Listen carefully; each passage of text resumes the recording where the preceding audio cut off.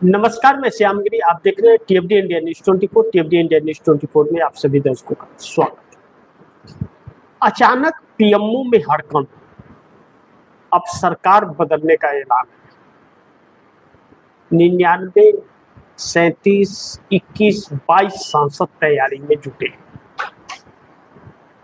एक ऐसे अहम मुद्दे पर हम लोग चर्चा करने जा रहे हैं कि जो अब चर्चा का विषय भी बन गया और इस सरकार के लिए बहुत बड़ी अब चुनौती आकर के खड़ी हो गई। इस बीच अभी तक जो भी राजनीतिक घटनाक्रम घटे वह इस सरकार के खिलाफ गए, लेकिन इस सरकार ने उस पर पर्दा डालने का प्रयास भी किया और सफल भी हुआ। तभी तो बंगाल जैसा चुनाव इस सरकार ने जीता। अब महत्वपूर्ण यह है कि बंगाल जीत तो लिया, लेकिन बंगाल चुनाव ने भारतीय जनता पार्टी और चुनाव आयोग के उन हर चरित्र का उजागर कर दिया जिसे वर्षों से छिपाया जा रहा था और एक लंबी प्लानिंग के बाद छलांग लगाई थी राज्य को जीतने का। भारतीय जनता पार्टी के तरफ से प्रधानमंत्री मोदी चुनाव आयोग को धन्यवाद देते रहे। बड़ी ध्यान से आप दर्शक इस कार्यक्रम को समझिएगा, बहुत चौंकाने वाली बात कह रहा हूं आप दर्शकों के सामने।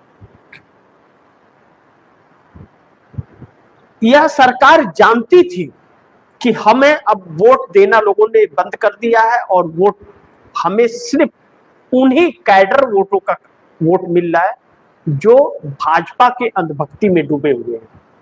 बाकी किसी का भी वोट नहीं मिल रहा। जो भी वोट मिल रहे थे वह हमसे दूर जा चुके हैं और भाजपा के वोटों से मैं सत्ता का मुंह नहीं देख सकता।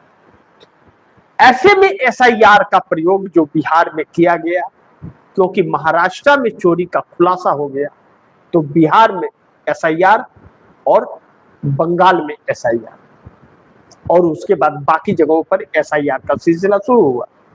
लेकिन अचानक यह फैसले लिए गए।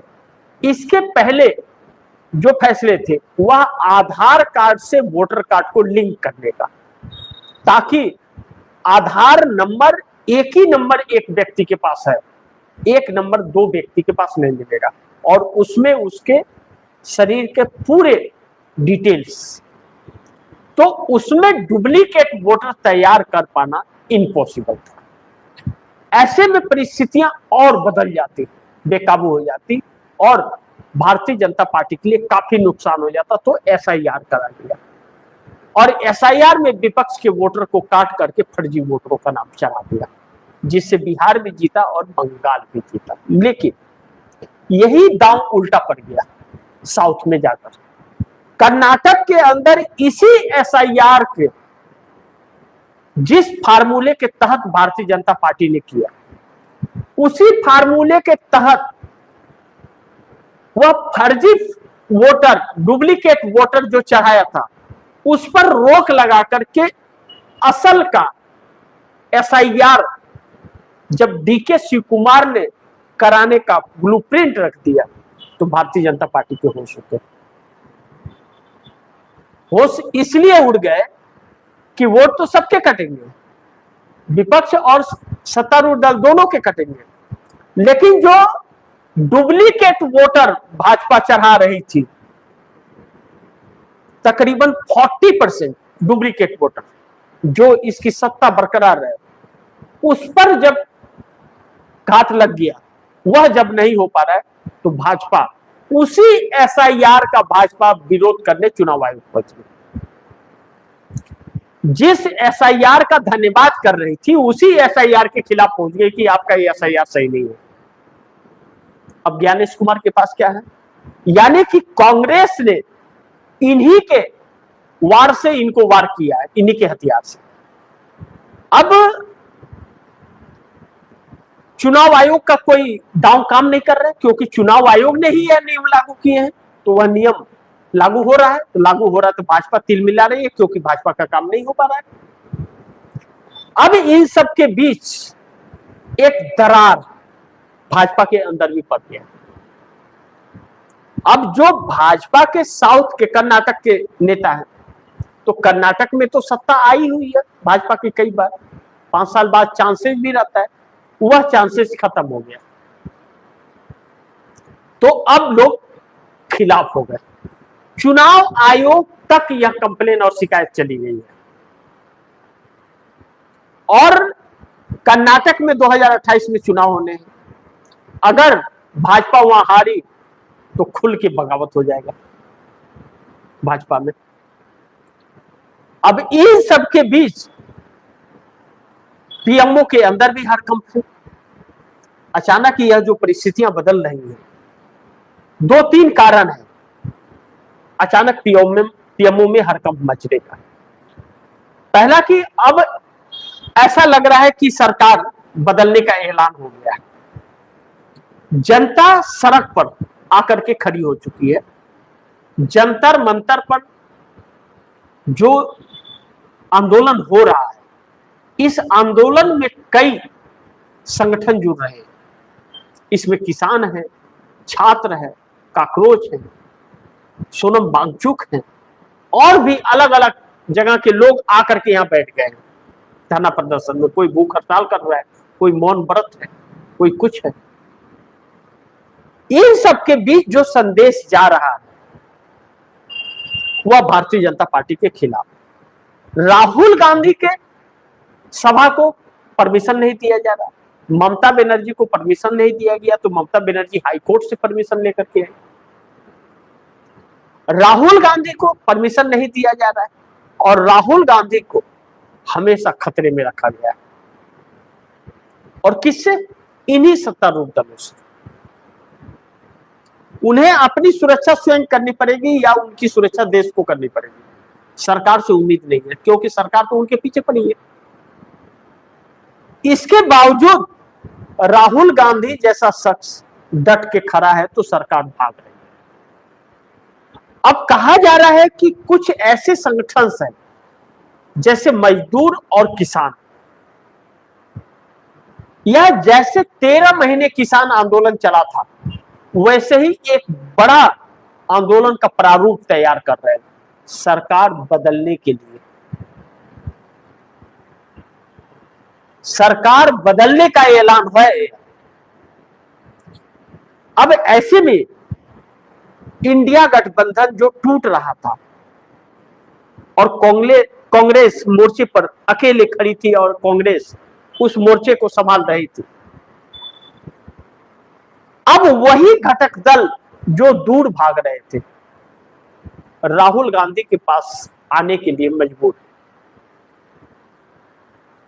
अब ऐसे में जम्मू कश्मीर के सीएम उमर अब्दुल्ला जंतर मंतर पर उन्होंने कह दिया कि इंडिया गठबंधन का प्रदर्शन है, और वह हर किसी को बुला लिए। कांग्रेस को भी दावत दिया है उन्होंने, अरविंद केजरीवाल को भी। तो अरविंद केजरीवाल तो इंडिया गठबंधन के हिस्सा नहीं है। अरविंद केजरीवाल तो इंडिया गठबंधन के हिस्सा नहीं है, स्टालिन भी हिस्सा नहीं है। अब ऐसे में राहुल गांधी जाएंगे, यह तो इम्पॉसिबल है। उमर अब्दुल्ला क्या है? फारूक अब्दुल्ला के बेटे। उमर अब्दुल्ला कभी मोदी के साथ हो जाते हैं, कभी इंडिया गठबंधन के साथ हो जाते हैं, कभी अकेले हो जाते हैं। यानी कि बिन पेंदी के लोटे जैसा हाल हो गया है उनका। सत्ता क्या हाथ आ गई, कभी इधर तो कभी उधर पलटने लगे हैं। कभी मोदी की तारीफ करने लगते हैं कि बहुत अच्छा काम किया। पूरे जम्मू कश्मीर को बर्बाद कर दिया जिस व्यक्ति ने, पूर्व राज्य का दर्जा छीन लिया, उसकी तारीफ करते हैं क्योंकि वह सत्ता में आ गए। अभी सत्ता से बाहर चले जाए तो हो जाएगी छुट्टी।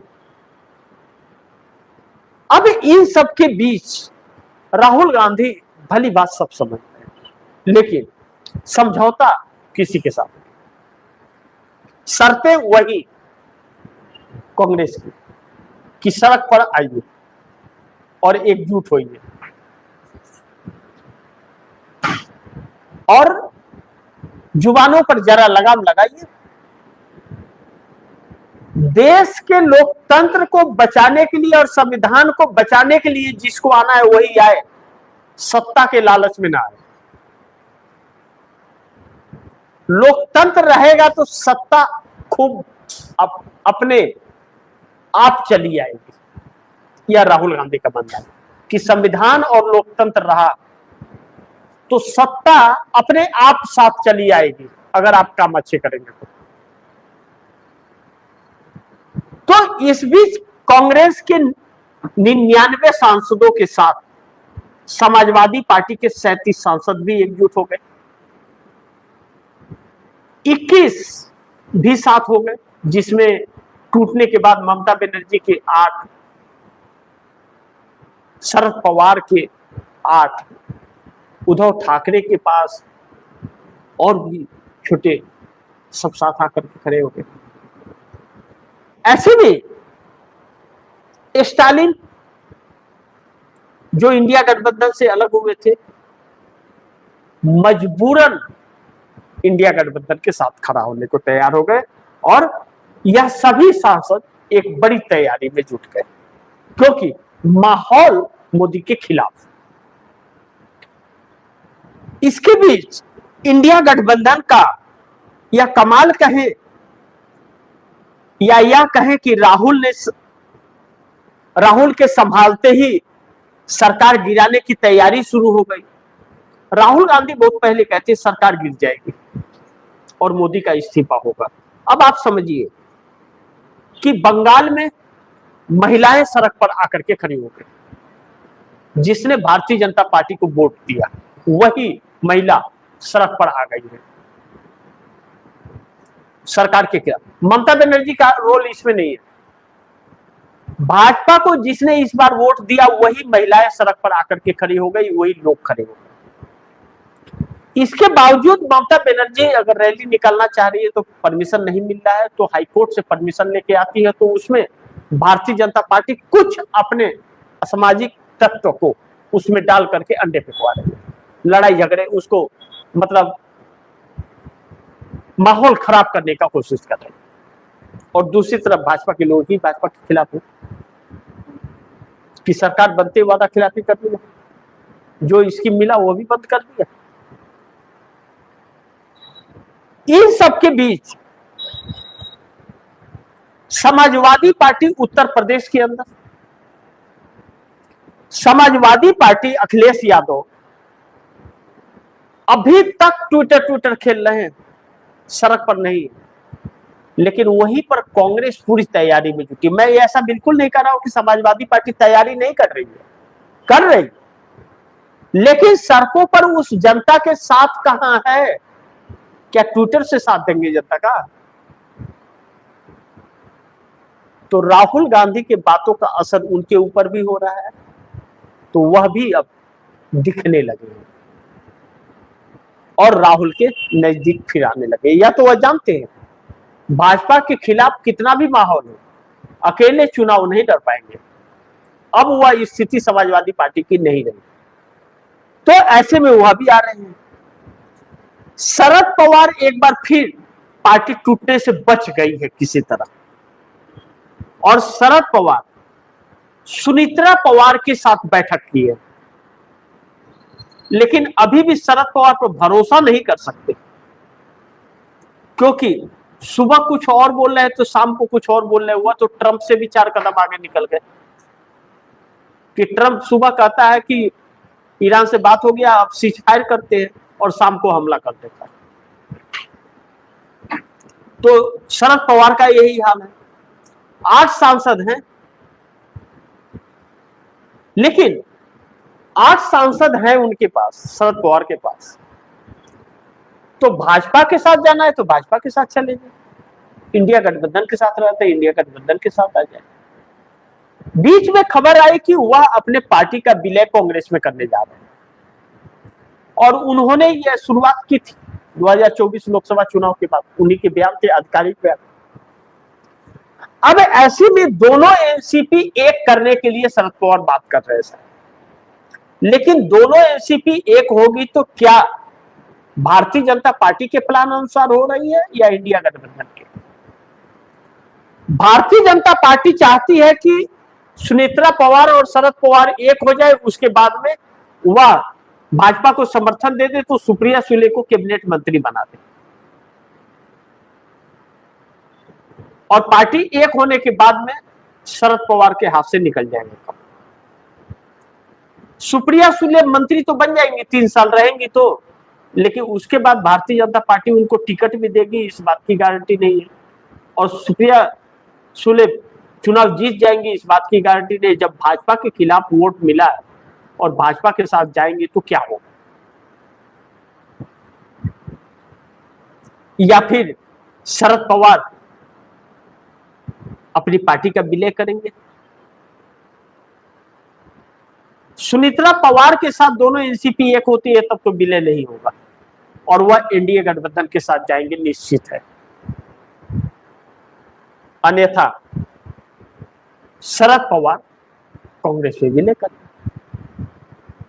अब ऐसे में असमंजस है। उद्धव ठाकरे भी अब भरोसा के काबिल नहीं रहे।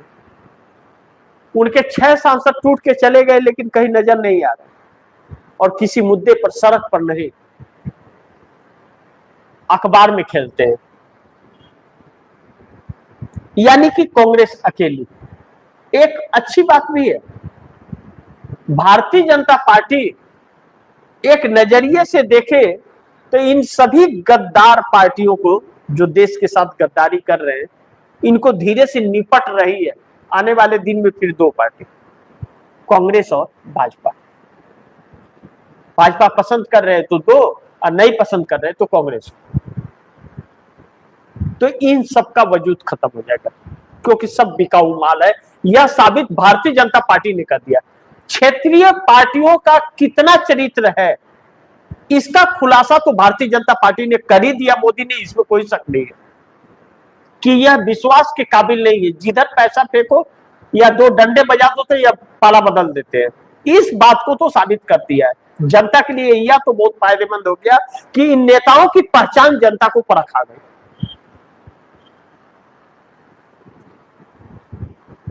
फिर भी उन्हें मान लेते हैं, क्योंकि अभी तक इंडिया गठबंधन का चोला पहन के चले हैं। और डीएमके के 22 सांसद भी जब वह भाजपा का सपोर्ट करने को तैयार थे, तो भाजपा उन्हें तोड़ने में लग गई ऑपरेशन लोटस से स्टालिन को। तो वह भी एक ऐसे चंगुल में फंसे हैं कि इधर सपोर्ट करते हैं तो तमिलनाडु में राजनीति खत्म हो जाएगी, और नहीं करते हैं तो ठन ठन गोपाला, सत्ता हाथ से चली गई है। लेकिन आगे का भविष्य अगर बचाए रखना है, उम्मीदें जगाए रखना है, बेटे के भविष्य को बनाना है, तो भाजपा से दूरी बनानी पड़ेगी। इस असमंजसता में डीएमके के 22 सांसद फिर इंडिया गठबंधन के साथ। तो यह 99, 37, 21, 22 मिल करके एक बड़ी तैयारी में लग गए हैं कि सरकार को बैक फुट पर लाना है, यानी कि सरकार गिराना है।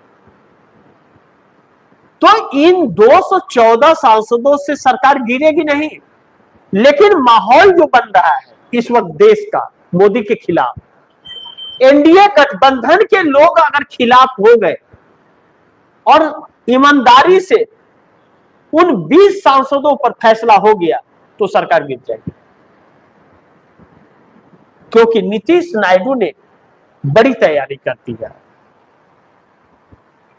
जिसने बनाया, जिसने स्थापित रखा इस सरकार को, वही सरकार के गिरने का कारण बनेंगे। लेकिन भारतीय जनता पार्टी के अंदर से भी जब आवाजें गूंजने लगी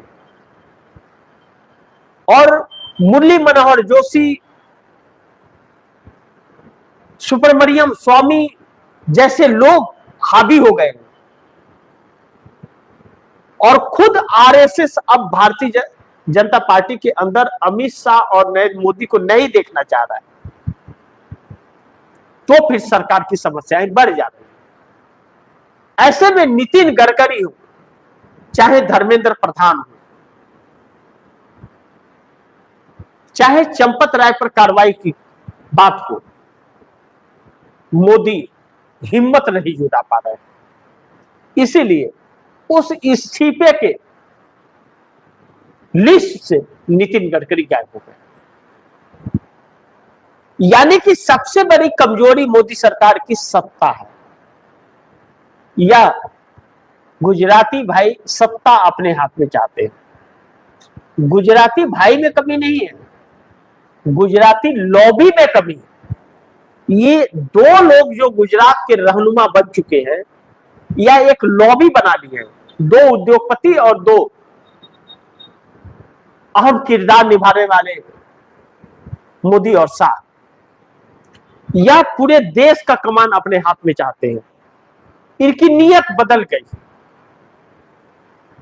तो आरएसएस को डर लगने लगा और जनता भड़क गई तो 86% इनसे दूर हो गई। 86% जनता। ऐसे में पीएमओ के अंदर जब हलचल मचने लग रहा है और एक ऐसी परिस्थिति बन रही है कि अब कोई उम्मीद नहीं जग रही है, एक तरफ आंदोलन शुरू हो गया है, जिस आंदोलन से यह बचना चाह रहे थे वह आंदोलन और मजबूत होता जा रहा है। भारतीय जनता पार्टी के अंदर घमासान और विरोध हो रहा है। एनडीए गठबंधन के अंदर कौन साथ रहेगा, कौन साथ छोड़ जाएगा, विश्वास नहीं हो पा रहा है। ऐसे नेताओं को मोदी निकाल नहीं पा रहे हैं, और निकालते किसे? जिसे पसंद नहीं करते उसे ही निकालते हैं। अब ऐसे में इंडिया गठबंधन के 214 सांसद बहुत ही मुश्किल में डाल रहे हैं, और राहुल ने इंडिया गठबंधन का जैसे ही कमान संभाला है वैसे तैयारी सरकार के खिलाफ शुरू हो गई है, और राहुल गांधी की बातें सच होती नजर आ रही है कि सरकार गिरने वाली है, और अफसर भी इनसे बगावत करके इस्तीफे देने लगे। बाकी आप दर्शकों की क्या राय है, क्या सुझाव है, कमेंट बॉक्स में जरूर दीजिएगा। इस खबर को ज्यादा से ज्यादा शेयर कीजिएगा, अपने दोस्तों को भी कहिएगा आगे शेयर करें, और आपने अगर टीएफडी इंडिया न्यूज 24 को सब्सक्राइब नहीं किया सब्सक्राइब कर लीजिए, अपने दोस्तों को भी कहिएगा सब्सक्राइब करें। मिलते हैं अगली खबर के साथ, तब तक के लिए नमस्कार।